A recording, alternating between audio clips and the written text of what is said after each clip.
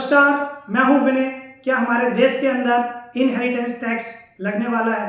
ऐसा मैं नहीं कह रहा हूं, आप पहले ये वीडियो देखिए। There is a monopoly act in America also. We have to make sure that few people become so rich that they begin to run government. We have to make sure that's the requirement in democracy everywhere in the world. Nothing wrong in being rich, nothing wrong in accumulating wealth, but to what point? Let me tell you, in America, there is an inheritance tax. So if, let's say, one has $100 million worth of wealth, and when he dies, he can only transfer probably 45% to his children. 55% is grabbed by government. Now that's an interesting law. It says, you in your generation made wealth. You are leaving now. You must leave your wealth for public. Not all of it, half of it. Which to me sounds fair. In India, you don't have that. If somebody is worth 10 billion and he dies, his children get 10 billion. Public get nothing. And law says, you get half of it. Public gets half of it. इस video में जिस शख्स को आपने देखा है, इसका नाम है सैम पित्रोदा। सैम पित्रोदा कौन है? इनका पूरा नाम सत्यनारायण गंगाराम पित्रोदा है, जो कि मूल रूप से उड़ीसा के रहने वाले हैं। फिलहाल ये अमेरिका में रह रहे हैं। ये former chairman of Indian overseas Congress रह चुके हैं। इन्होंने कुछ दिन पहले ही अपने पद से इस्तीफा दिया है। ये फॉर्मर एडवाइजर रह चुके हैं हमारे former prime minister Rajiv Gandhi ji के and associates of Rahul Gandhi ji. And 2009 में इनको अपॉइंट किया था as of former prime minister Manmohan Singh. तो जो सैम पित्रोदा जी हैं, वो कांग्रेस पार्टी में एक अहम योगदान देते हैं, और उन्होंने अगर इनहेरिटेंस टैक्स के बारे में बात करी है तो हमें देशवासियों के इसके ऊपर विचार करने की जरूरत है। सबसे पहले आपको बता दूं कि इनहेरिटेंस टैक्स क्या होता है। सैम पित्रोदा ने एक एग्जांपल दिया था कि अगर किसी भी व्यक्ति के पास 100 मिलियन की संपत्ति है और जब वो व्यक्ति की डेथ हो जाती है तो उसमें से $55 मिलियन गवर्नमेंट के पास चली जाएगी, और जो $45 मिलियन है वो उसके बच्चों के पास जानी चाहिए। तो सबसे पहले मैं आपको बता दूं कि इनहेरिटेंस टैक्स क्या होता है।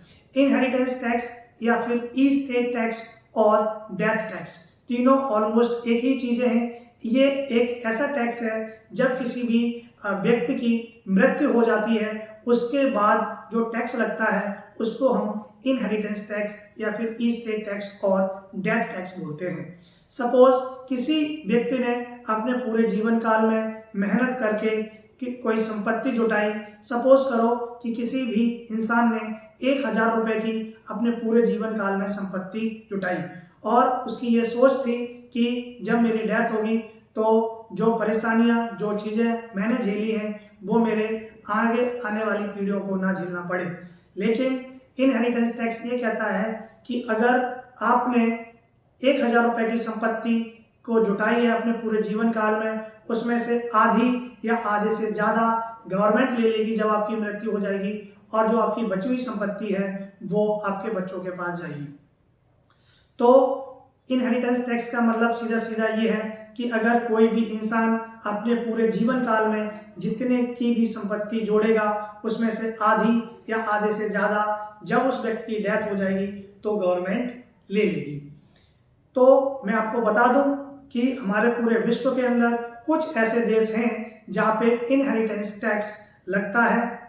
उनमें से United states, United kingdom, France, Japan जैसे, फिनलैंड, साउथ कोरिया जैसे कुछ देश हैं जहाँ पे इनहेरिटेंस टैक्स लगता है।